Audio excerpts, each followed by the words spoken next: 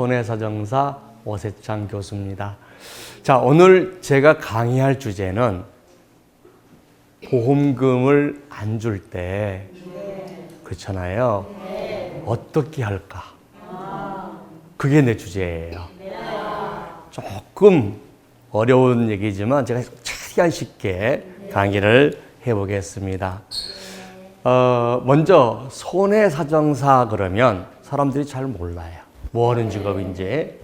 그래서 손해의 사정의 사자를 보면 조사한다는 뜻이에요. 그럼 뭘 조사해야 되겠어요? 화재가 나면 화재가 원인이 뭔가, 그 다음에 손해액이 얼마인가, 이런 걸 조사하는 직업이고, 정의라는 뜻은 산정한다는 뜻이에요. 그러니까 보험금이 얼마인가 하는 거를 산정해주는 직업을 우리가 손해사정사라고 하는데, 이 손해사정사가 금융감독위원회, 금융위원회 있잖아요. 그죠? 금융위원회에서 시험을 주관하고 거기에 등록하고 그 다음에 거기서 관리를 받는 국가 자격증이에요. 그리고 손해사정사가 우리나라에만 있는 게 아니고요. 전 세계 보험에는 다 손해사정사가 있어요. 그런데 이제 잘 안 알려져 있을 뿐이죠. 그러면 손해사정사 합격한 사람들은 어디서 근무할까 궁금해 하더라고요. 첫 번째가, 자, 보험회사에서 이게 이제 일하고 있고, 또 여러분들이 이제 암 진단을 받았거나 뭐 이러면은 이제 보험회사에서 조사로 다닌 사람들이 있어요. 그런 사람들이 누구냐면 위탁손해사정사라고 해요. 그러니까 이제 보험회사가 직접 조사하는 경우보다는 위탁손해사정사가 조사하는 게 보험회사가 편리하죠. 왜냐하면 민원 발생하면 제가 잘못했어요. 그러면 그리고 가끔씩은 어떻게 하겠습니까? 야, 보험회사 고객한테는 잘해드릴게요 해놓고는 이쪽에 가서는 조금 이렇게 하는 경향도 있죠. 그렇죠. 그리고 이제 저 같은 사람을 뭐라 그러냐면 고객한테 이제 자기 억울합니다라고 해서 이제 하소연할 때 의뢰받아서 하는 사람을 독립손해사정사라고 해요. 그래서 이제 이렇게 세 군데에서 근무를 해요. 그렇죠. 제가 이제 한 20년 전쯤 이게요. 40대 남자분이 뇌출혈에 걸렸어요. 그래서 6개월간 식물인간으로 있다가 돌아가셨어요. 근데 그 남자분한테 남겨진 유산이 뭐가 있었냐면, 유산하니까 또 돈 생각하시죠? 2살짜리, 4살짜리, 6살짜리 아이하고 직업이 없는 전업주부하고 빚하고, 그리고 보험증권, 사망하면 2억이 나오는 보험증권 하나가 남겨져 있었어요. 그러면 이 2살짜리, 4살짜리, 6살짜리를 키우고 있는 엄마는 직업을 가지려고 해도 직업을 가질 수도 없는 상황이죠. 애를 어떻게 키우죠? 그렇잖아요. 그러면 유일한 동학줄이 지금 뭐겠어요? 보험이에요.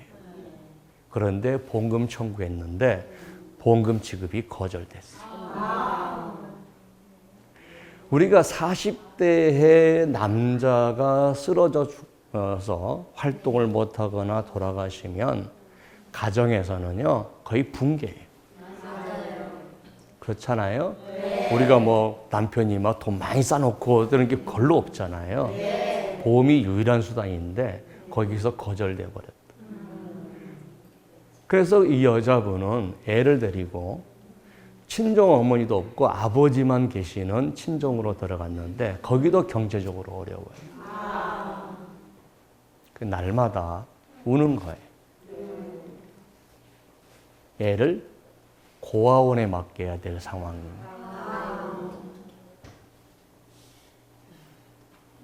그러면은 사실은요, 엄마가 자기 자식을 키운다는 것이 우리는 일반적으로 평범하잖아요. 당연히 그렇게 해야 되고.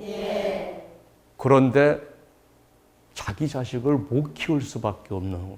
내가 버리는 게 아니고 경제적으로 못 키우는 상황이 됐을 때 그 여자의 마음은 어떻겠어요? 찢어지죠. 보험금 거절당하고 친정으로 들어가서 이제 있는 상황에서 저하고 한 6개월쯤 후에 만났어요. 근데 보험금 지급 거절할 사유를 보니까 직장에서 건강검진을 했는데 거기서 혈압이 높았다는 거예요. 그러니까 이제 고혈압이 있는데 너는 보험계약 가입하기 전에 고혈압 진단받은 거를 고지 안 했기 때문에, 안 알렸기 때문에 못 주겠다는 거예요.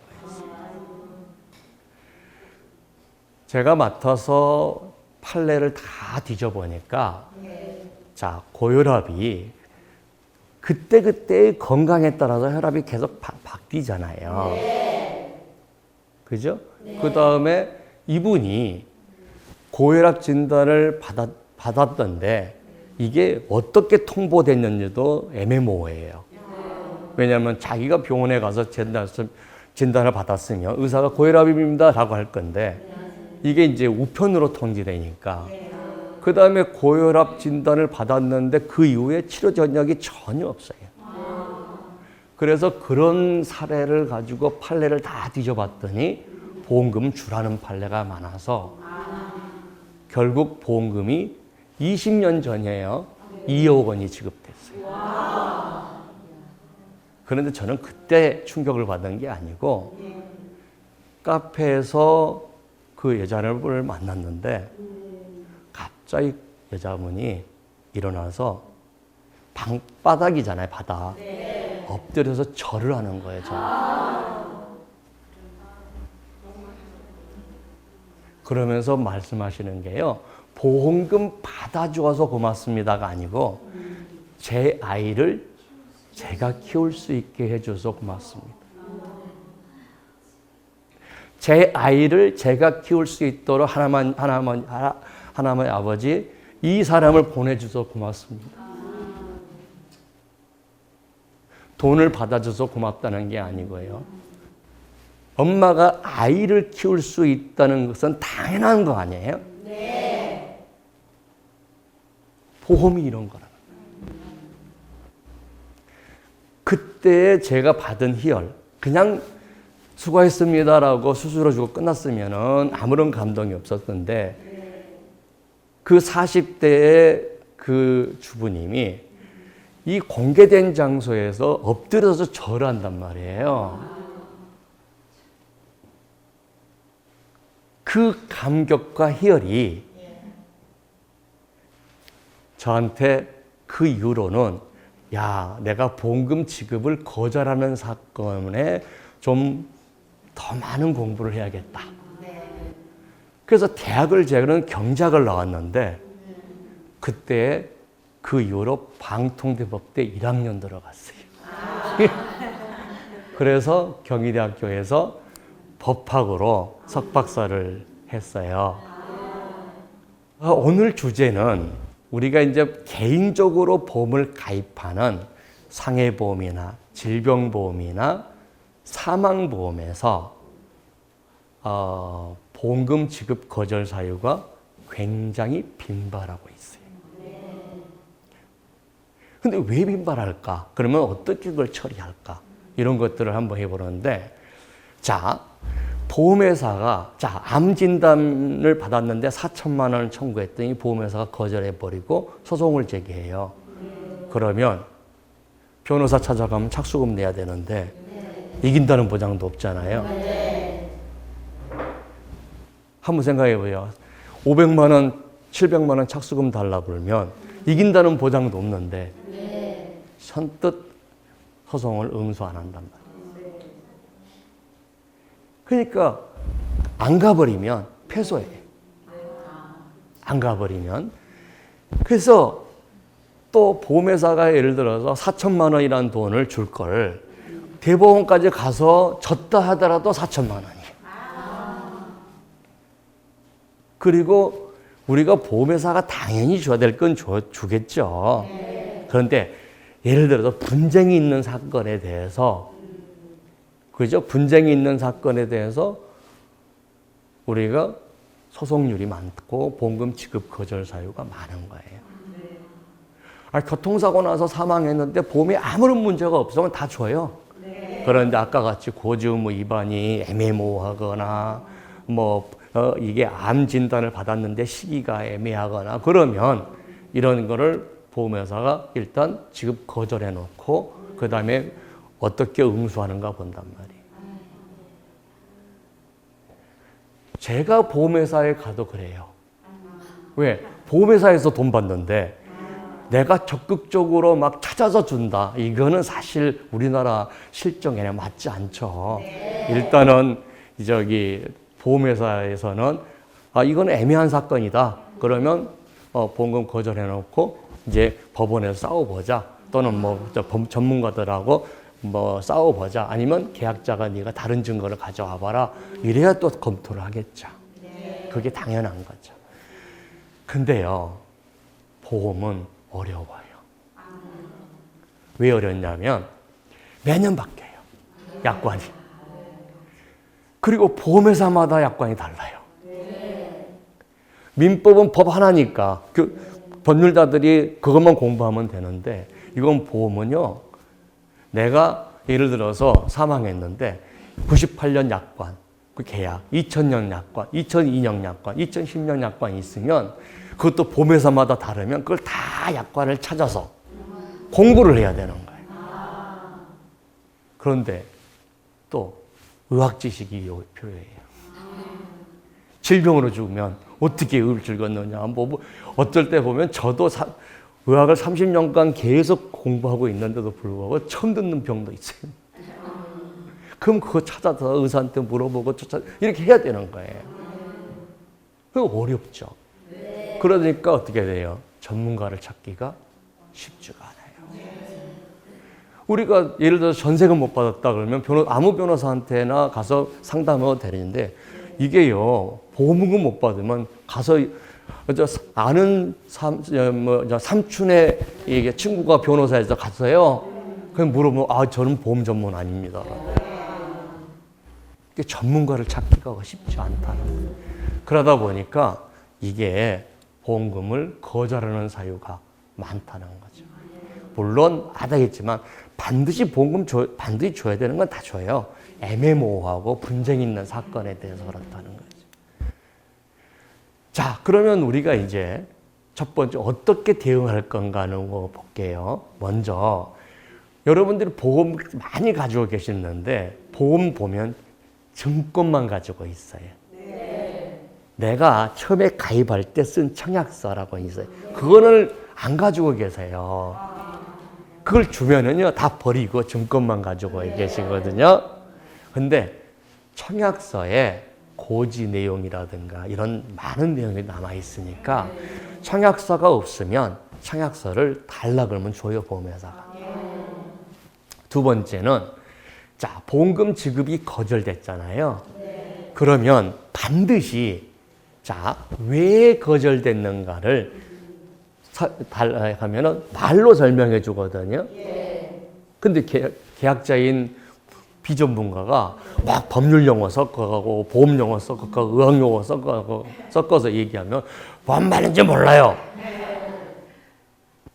그러니까 반드시 서면으로 달라고 그래요. 우리 보험업법에 보면 지급을 거절했을 때는 계약자가 원할 때는 서면으로 그 근거를 대라고 했어요. 그 다음에 두 번째는 보험회사가 어떤 의료 자문을 받았더니 법률 자문을 받았더니 내가 지급 거절됐다라고 하면 그 법률 자문이나 의료 자문을 받은 것을 달라고 그러세요. 이걸 달라고 하고 그걸 가지고 법률가들하고 상담을 해야지. 그냥 보험금 못 받았어요 라고 하면요, 법률가들이 잘 판단이 안 돼요. 그렇잖아요. 그러면 이런 의료 자문 결과나 이거를 잘 보험회사가 안 줬는데요. 2018년에 정부가 만약 의료자문이나 이런 걸 받은 거 있으면 계약자가 원할 때는 다 줘라고 해서 지침을 내려놨으니까 줘라 하면 다 준다고요. 그리고 이제 여러분이 인터넷을 찾았든지 전문가를 찾아서 그런 자료를 가지고 가서 상담을 해야 여러분들이 그래도 원하는 상담이 나오는데 그냥 보험회사가 지금 거절했는데 왜 거절한지를 몰라요. 그럼 어떻게 상담하겠어요? 그잖아요. 그러니까 이런 거를 꼭 가지고요. 그 다음에 이제 금감원에 이제 민원을 넣는 방법이 있어요. 근데 이제 민원을 넣으면 다 해결될 거라고 생각하면 안 돼요.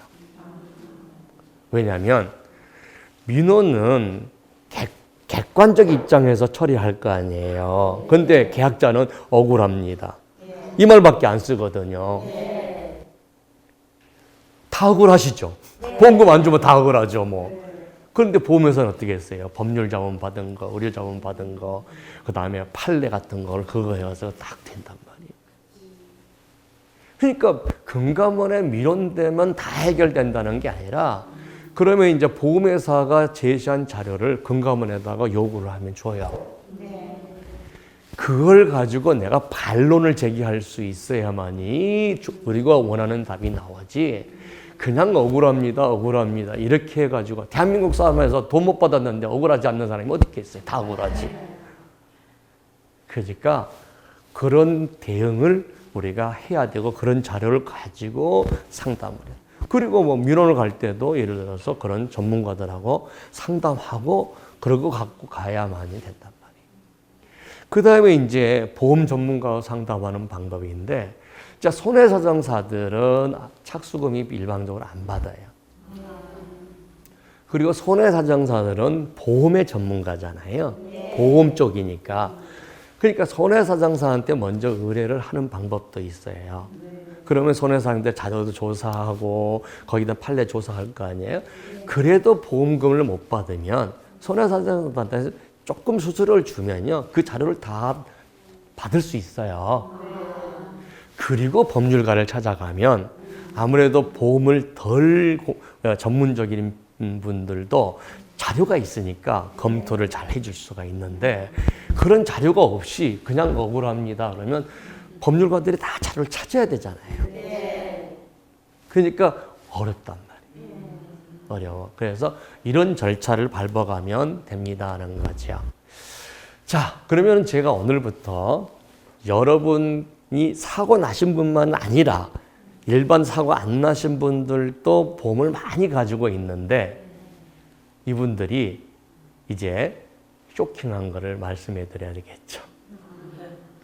자, 청약서라고 해서 제일 밑에 보면 계약자하고 피보험자 이름을 쓰는 데가 있어요. 있죠? 그것만 제가 확대해 놨어요. 네, 확대해 놨어요. 별 이상 없죠? 계약자 김은정이, 피보험자 홍성수. 여러분들은 아무 느낌이 없을 거예요. 근데 저한테는요, 큰일 났어요. 보험금 못 받아요.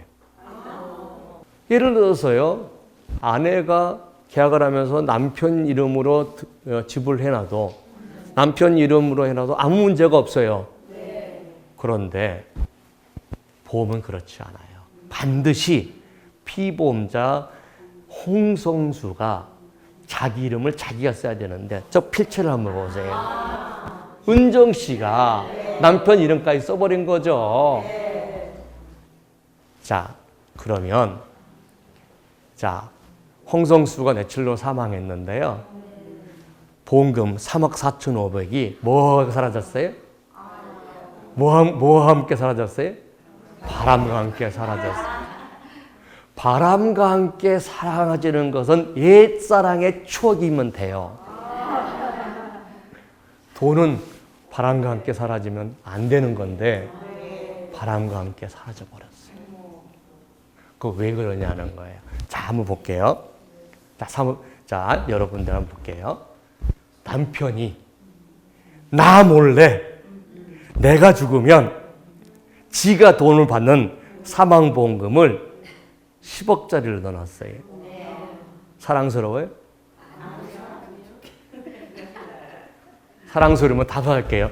그 보험 놔두고 또 10억을 받았어요. 넣어놨어요. 이제 20억이 나와요. 나 몰래. 남이 죽을 때 돈이 나오는 거는 그 남이 알아야 돼요, 보험을. 들었다.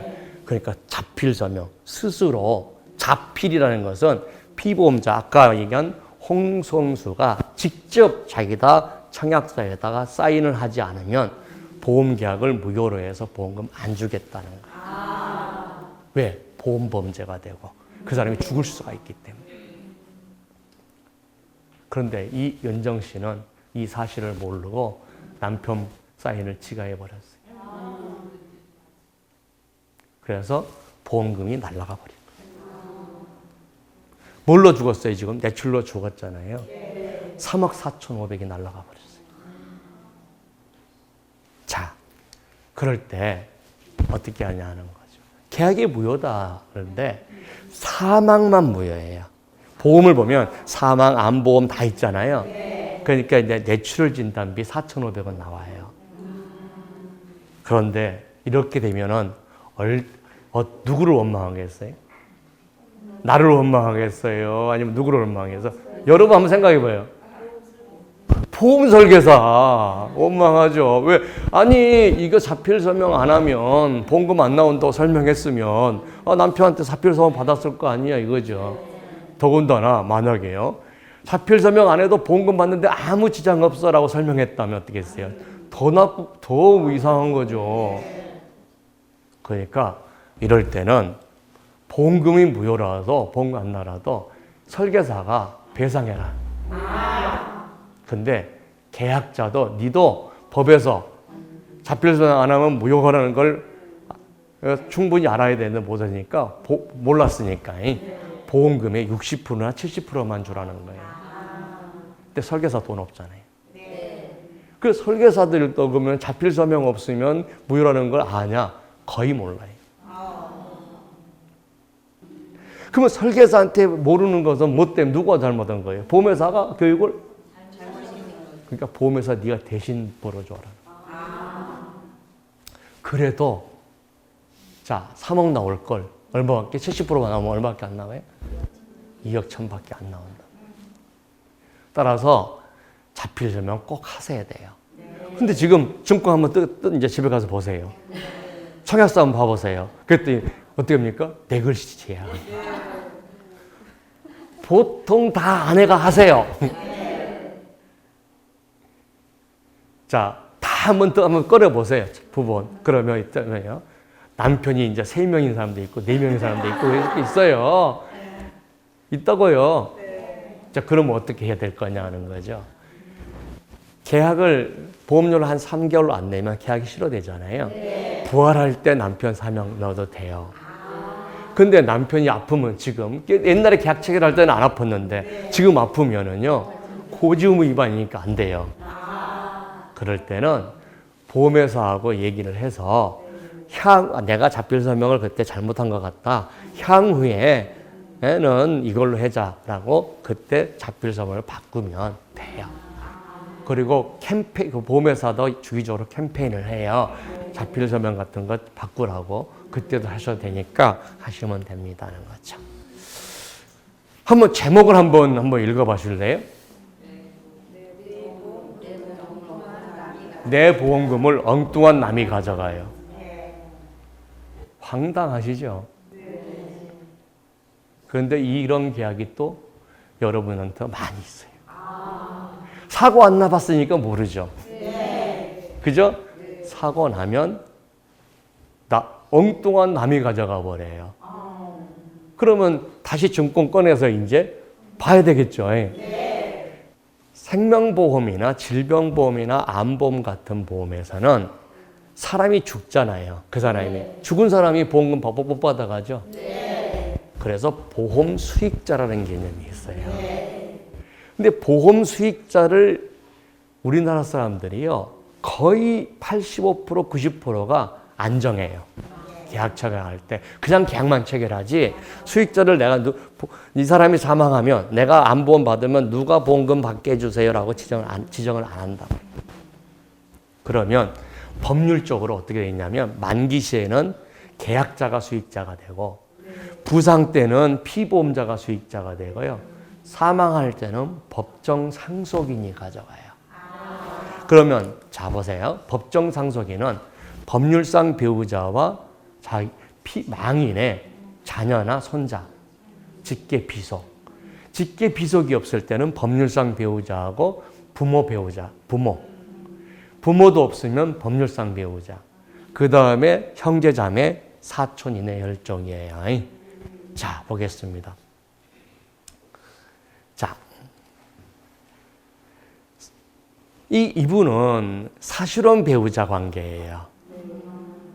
왜냐 그러면 저 남자분이 이제 애 넷 있는데 상처를 하신 거예요.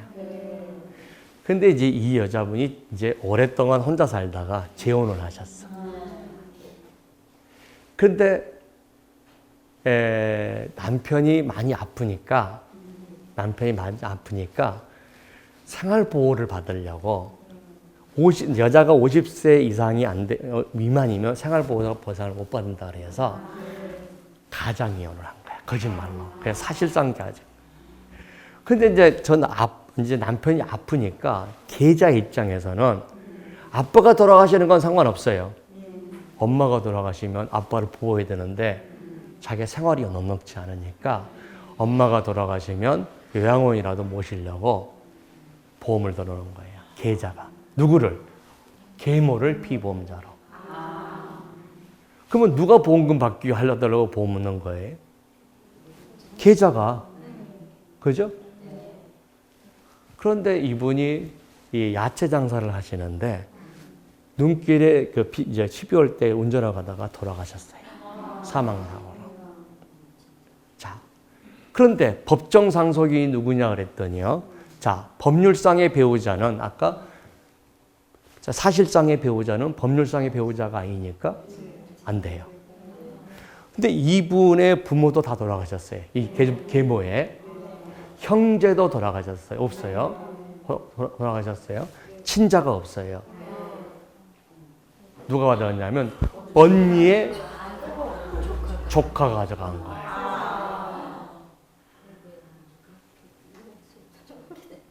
계좌가 목표는 뭐였어요? 누가 보험금 받으려고? 내가 보험금 받으려고. 근데 누가 가져갔어요? 근데 이 계좌는 이 언니 아들을 한 번도 본 적도 없고. 여러분이 이제 재혼 가정이 아니면 그래도 덜한데 재혼 가정일 때는 이게 이 사람이 죽으면 누가 보험금을 받을까 하는 거를 지정할 필요가 있다는 거예요. 그죠? 자, 그래서 보험 수익자를 한번 보세요. 여러분 증권을 보시면 보험 수익자가 다 법정 상속인 돼 있어요. 100%의 거의. 그럼 법정 상속이 누군가를 봐세요. 내가 아닐 수도 있어요. 자, 이혼을 하지 않은, 이혼을 못하는 남편하고 남자하고 사신 분이 있었어요. 사실혼 배우자죠. 근데 남편을 이렇게 보험을 넣어놨어요. 3년, 4년 보험을 넣어놓은 거죠. 근데 남편이 돌아가셨어요. 본처가 가져갔잖아요.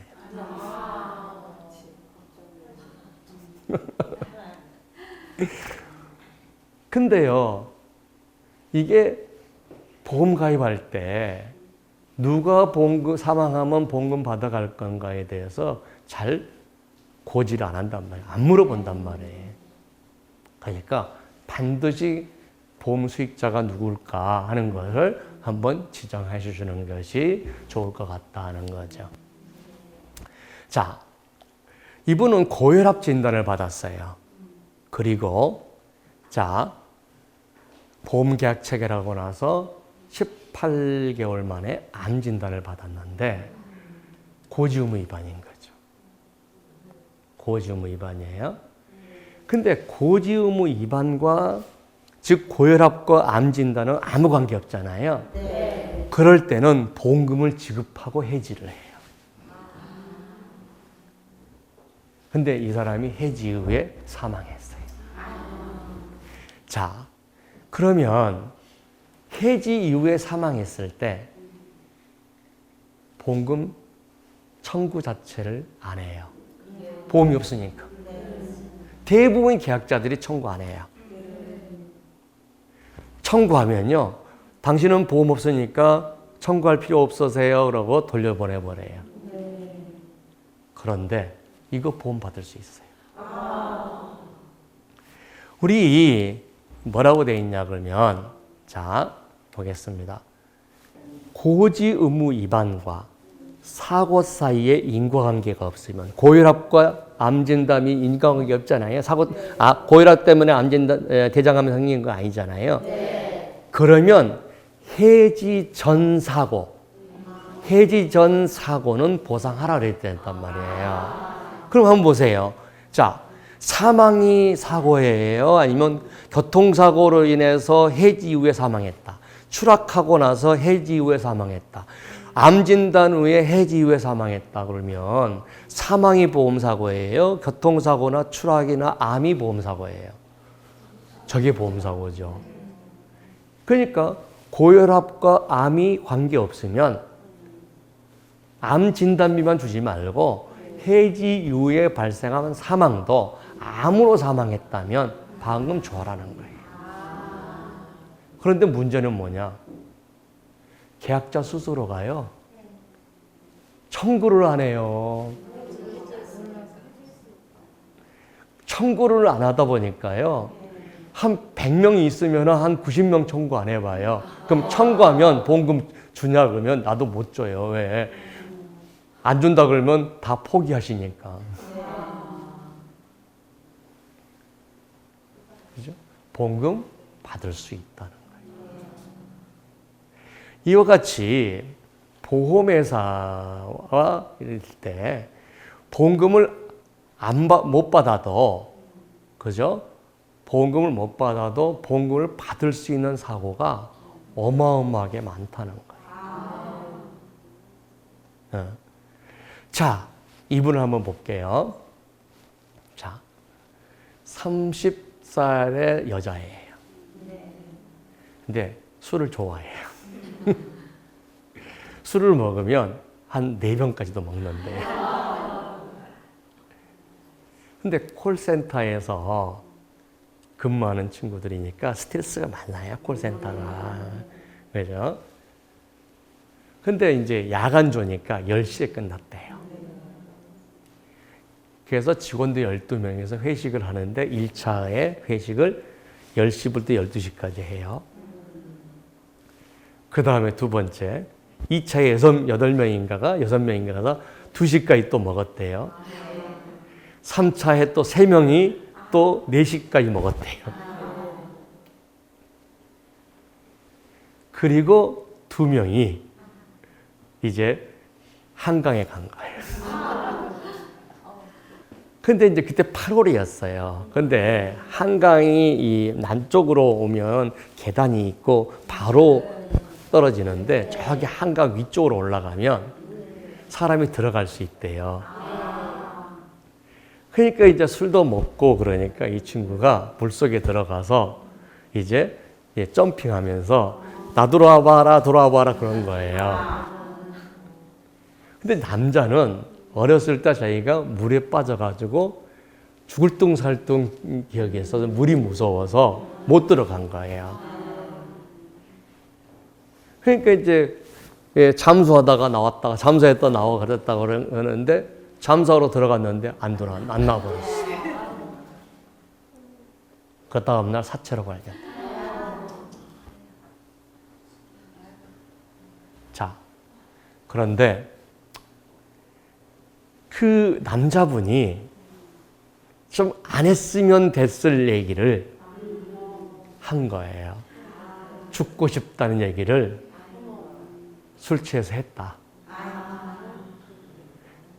근데요, 우리 술 먹으면 감정적이 돼요. 그죠? 여러분, 죽고 싶단 말 하고 할 때마다 죽었으면 여기에 아무도 없어요. 아무도 없어요. 죽고 싶다는 말 했다고 다 죽는 건 아니거든요. 그 다음에 입양관이 중학교 3학년 때 왕따였대요. 그래서 독극물을 먹은 거예요. 독극물을. 그래서 옛날에 자살 과거 경력이 있다. 그 다음에 죽고 싶다. 이 얘기를 했다는 이유로 보험회사가 자살할 가능성이 있다라고 하는 거예요. 그래서 보험금 1억을 못 주겠다라고 하는 거 아니에요.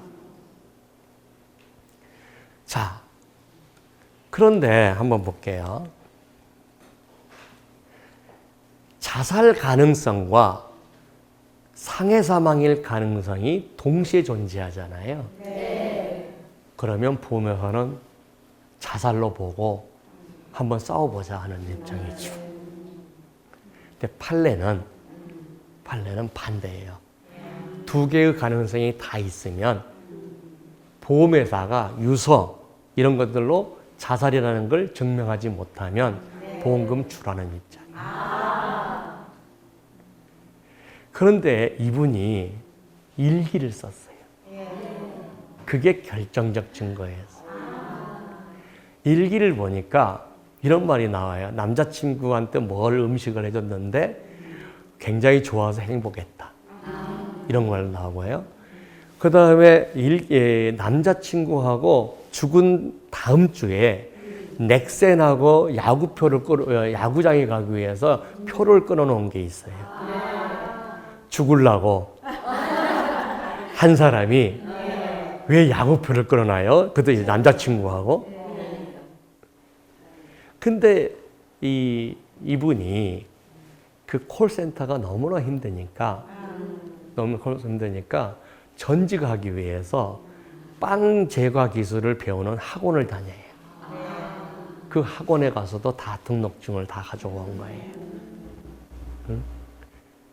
그리고 이제 생활비가 이제 많이 들어가니까 아침에 또 콜센터를 또 댕겨요. 그 택배 회사에. 자, 이런 걸로 봤을 때 우리가 자살로 보여지지 않잖아요. 그죠? 자, 이런 걸 다 증명하고 나서 보험금을 청구했으니 보험회사가 이 정도면 자살이 아니구나 라고 해서 보험금을 준 거예요. 근데 그런 것들을 보험회사가 일부러 조사하고 다니지도 않는다는 거죠. 또 보험회사 직원이만요. 그거 조사로 다니면요. 그 이적행위일 수도 있잖아요. 근데 고객들은 보험회사에서 지급을 거절해버리면 그걸로 포기를 해버린다는 거예요. 특히 자살 사고가 그런 것도 많아요. 자, 모 회사의 부장님이었어요. 근데 직원들하고 회식하고 거나하게 취해가지고 12시 넘어서 맥주 3병을 들고 와이프하고 술 먹고 한잔 하려고 들어왔어요. 마누라 입장에선 자다 깬 거죠. 아침에 또 애 학교 가야 돼요. 고등학생. 마누라가 와이프가 아이고 우리 남편 이뻐. 그래 잠자다 일어나서 술 한잔 하자. 그렇게 하세요? 안 하세요. 술 마시건 남편 입장에서 기분이 좋아서 오늘 와이프하고 그냥 한잔 하자라고 생각했지만 잠자다가 술 먹는 사람이 어디 있어요. 아침에 또 애들 학교 보내야 되는데. 그렇잖아요. 그러니까 이제 남편은요. 이게 있어요. 저도 이제 남편이잖아요. 굉장히 사소한 거에 아내가 나를 사랑하고 있구나, 나를 중하게 생각하고 있구나는 그 사소한 것에 되게 만족하세요. 좀 여우가 되세요. 근데 이제 그 남편은 그걸 고려 못하니까 뭐 했냐 그러면 이제 좀 상소리를 하면서 뭐 했냐 그러면 애들도 봐야 되니까 당신 아침에 출근 안 할 거야. 이제 돌아서 이렇게 좀 한 거야. 그러니까 이제 남편이 뭐라고 했냐면 저 에펜네가 남편 죽어봐야 남편 중한지 알아. 그런데 그렇게 많이 하시죠? 그리고 베란다에 간 거예요. 근데 좀 있어 보니까 쿵 떨어져 죽어버렸어요.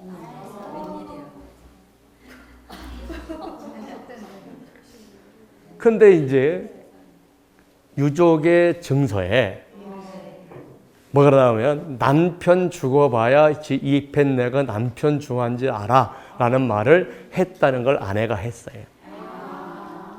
자, 남편이 내 살고 있는 아파트에서 추락해서 죽었다라고 하면요, 이웃집 사람들이요, 나 또는 시댁이나 이런 사람들이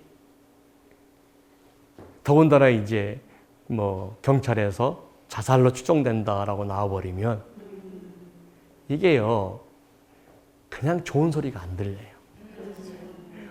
에펜네가 오직 했으면 남 사정도 모르면서 괜히 막 이런 얘기를 하니까 이 여자분이 법원에 가서 또 재판에 가서 그거는 가정사를 다 들춘다는 게 얼마나 힘들어요. 그러니까 포기해버려요. 포기해버려요.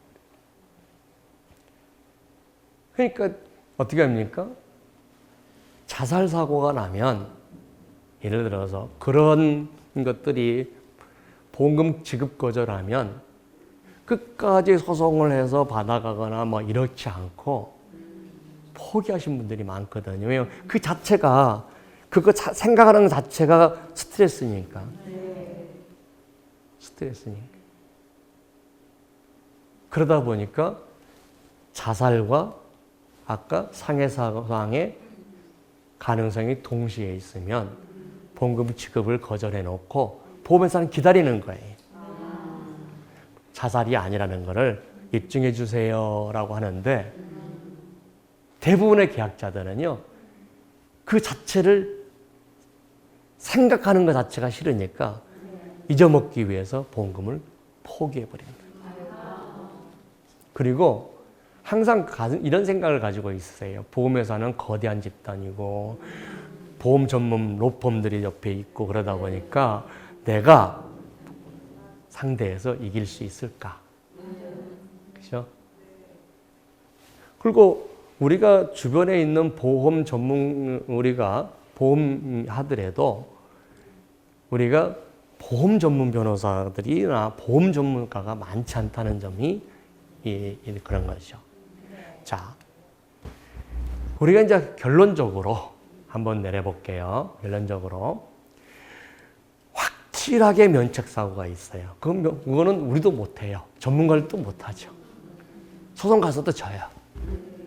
그리고 확실하게 보상되는 사고는 보험회사가 바로 보상해줘요. 근데 보험회사도 한번 싸워볼 만한 거예요. 보험회사도 분쟁이 생기는 거예요. 그러면 보험회사는요, 면책해놓고 기다리는 거죠. 왜 기다려요? 전문가들이 개입해서 예외적으로 부책이 될 수 있는 것들을 아는 증거를 가지고 오면 그때로 줄 수 있죠. 그래도 불편하면 소송까지 가는 거죠. 그러니까 보험회사에서나 보험회사에 근무하는 사람이나 이런 사람들이 우리가 이렇게 분쟁이 있는 사고를 미리 줄 수는 없다는 거죠. 따라서 여러분들이 이런 면책사고가 됐다고 해서 실망하지 말고 증거를 다 모아놓고 전문가들하고 상의를 해서 보험금을 받을 수 있도록 노력하시라 하는 것이 오늘의 제 주제입니다. 감사합니다.